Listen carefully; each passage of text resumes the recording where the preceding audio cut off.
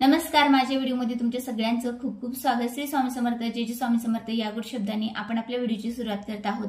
तुम्ही सगळ्यांनी टायटल बघितलंच असेल की आज आपण कशाबद्दल बोलणार आहे. अर्थातच आजचा दिवस खूप खास आहे, कारण आजपासून श्रावण महिना सुरू झालेला आहे आणि श्रावण महिन्यामध्ये जीवितिकाची पूजा केली जाते दर शुक्रवारी. तर काही भागामध्ये चारही शुक्रवारी जीवितिकाची पूजा केली जाते, तर काही भागामध्ये एखाद्या शुक्रवारी जी आहे जीवितिकाची पूजा केली जाते. तर आता ही पूजा का करावी, त्याच्या मागचं रहस्य काय आहे, त्याचबरोबर कोणती अशी कथा आहे जेणेकरून आपल्याला कळायला पाहिजे की या पूजेमागचं रहस्य काय आहे. त्याचबरोबर ही पूजेची मांडणी कशी करावी ती सुद्धा माहिती आपण या व्हिडिओमध्ये बघणार आहे. त्यामुळे हा व्हिडिओ शेवटपर्यंत तुम्हाला बघायचा आहे. तर सगळ्यात पहिले म्हणजे जर आपण ही पूजा करणार असेल तर प्रत्येक आईने ही पूजा केलीच पाहिजे, कारण आपल्या मुलांचं संरक्षण व्हावं आणि कोणतीही संकट जे आहे आपल्या मुलावर येऊ नये त्याच्यासाठी ही पूजा केली जाते. आता ही पूजा कशी करायची आहे तर बघा, श्रावण महिन्याच्या प्रत्येक शुक्रवारी आईने जरा जीवितिकाची पूजा करावी. ही पूजा एक पारंपरिक पद्धतीने केली जाते.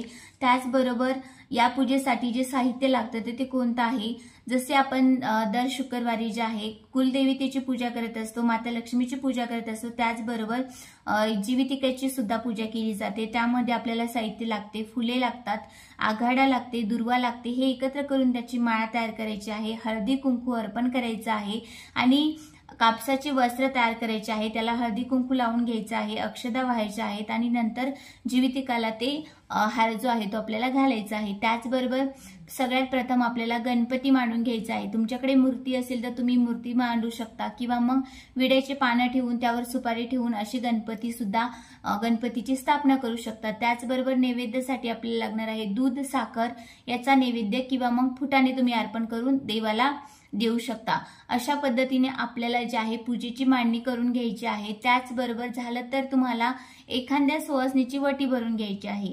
आता झालं तर करू शकता किंवा मग तुम्ही कुलदेवतेची घरातल्या घरात सुद्धा वटी भरू शकता. त्यानंतर तुम्हाला मुलांचे औक्षण करायचे आहे. औक्षण करत असताना तुम्हाला जर तुमची मुलं घरामध्ये नसतील, बाहेर ठिकाणी असतील तर अर्थातच चारच्या बाजू असतात घराच्या, त्याची पूजा करून तुम्हाला अक्षदा, हळदी कुंकू अर्पण करायचं आहे आणि माता जीविकेला पूजा करत असताना प्रार्थना करायची आहे की माझे मुलं जे आहे जिथे कुठे असतील त्यांचं संरक्षण कर, त्याचबरोबर कोणतंही संकट असेल तर त्यांच्यावर येऊ नये त्याच्यासाठी ही पूजा केली जाते. त्यानंतर तुम्हाला आता याच्या मागची कथा काय आहे ती आता आपण जाणून घेणार आहोत. तर याच्या मागची कथा अशी सांगितली जाते की जरा का ही मूळची राक्षसी होती आणि ती मगध राज्यामध्ये राहत होती. मगधचे जे नरेश योद्धा होते त्यांना एक मुलगा झाला होता आणि त्याची मुलाचे जे हे शरीर दोन भागामध्ये असलेले त्यांना मुलगा झाला होता. जन्मल्यानंतर त्याला जे आहे नगरातून बाहेर फेकून देण्यात आलं होतं. त्याच वेळी जरा का राक्षसी जी होती त्या ठिकाणी जाऊन दोन जे शरीर होते त्यांना एकत्र तिने जुळवलं. नंतर त्या मुलाला अभय जीवनदान देण्यात आलं, म्हणून त्या बालकाला जरासंग या नावाने सुद्धा ओळखले जात होते.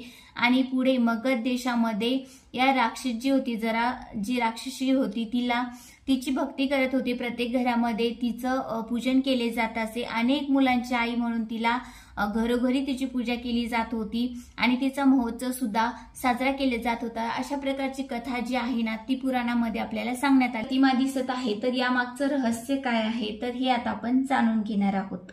तर बघा, शास्त्रानुसार असं सांगण्यात आलेलं आहे की प्रथम जे आहे ते नरसिंह आहे, त्यानंतर काली वर्धन करणारी जे आहे कृष्ण, मध्यभागी मुलांना खेळवणारी जरा जीविका आहे आणि त्याचबरोबर खाली जे आहे ते बुध आणि बृहस्पती ज्यांना गुरु म्हटलं जाते ते हे खालच्या भागामध्ये आपल्याला दिसत आहे. नक्की हे का आहे, त्याच्या मागचं कारण कोणतं आहे चला जाणून घेऊया. भगवान विष्णूचा चौथा अवतार असलेले नरसिंह आपल्या बाळभक्तासाठी खाली जेव्हा प्रगट होत असतात त्यानंतरचं हे दृश्य आहे जे सर्वात प्रथम आपल्याला दाखवण्यात आलेलं आहे. आता नंतर जे आहे काली आहेत, तर त्यामध्ये कृष्ण जे आहेत नाग आणि काली यांचा समावेश केलेला आहे. श्रावण महिन्यामध्ये यांची पूजा केली जाते. गोपाल श्रीकृष्णांची सुद्धा पूजा केली जाते. हे आराध्य देव मानले जातात. त्याचबरोबर नागपंचमी असते, नागांची सुद्धा पूजा केली जाते. तर या सगळ्यांची पूजा का केली जाते तर बघा, नाग जे आहे तर या वातावरणी म्हणजे आपल्या घरात असो किंवा पाण्यापासून आपल्या मुलांचं संरक्षण व्हावं, त्याचबरोबर जे नाग असतात जे बाहेरच्या वातावरणामध्ये इकडे तिकडे जात असतात त्यांच्यापासून सुद्धा आपलं संरक्षण व्हावं, त्यामुळे या महिन्यामध्ये त्यांची पूजा केली जाते असं याच्यानुसार सांगण्यात आलेलं आहे। त्याचबरोबर बघा खाली जे दिलेले आहे तुम्हाला की आपण आधीची कथा बघितलेलीच आहे जरा जीविकेची, तिचं संरक्षण आपलं कोणतीही बाधा होऊ नये, कोणत्याही प्रकारचं संकट आपल्या मुलांवर येऊ नये, त्याच्यामुळे हे जे मधलं चित्र आहे जरा जीविकांचं जे मुलं तुम्हाला खेळत दिसत असतात तर त्याच्यापासून संरक्षण व्हावं म्हणून तिची पूजा केली जाते। त्याचबरोबर जे खालचं दृश्य आहे की बृहस्पती आणि बुध यांचं जे केलं जाते बघा, बृहस्पती जे आहे बुध ग्रह जे आहे हत्तीवर बसून आलेले दिसून येतात, त्याचबरोबर त्यांनी अंकुश धारण केलेले आहे आणि बृहस्पती म्हणजेच की गुरु जे आहे ते वाघावर बसलेले आहे आणि त्यांच्या हातामध्ये चाबूक दिसत आहे। बुधांचा प्रभाव हे जातकाला अलौकिक बुद्धिमत्ता आणि आकर्षित करण्यासाठी मानला जातो।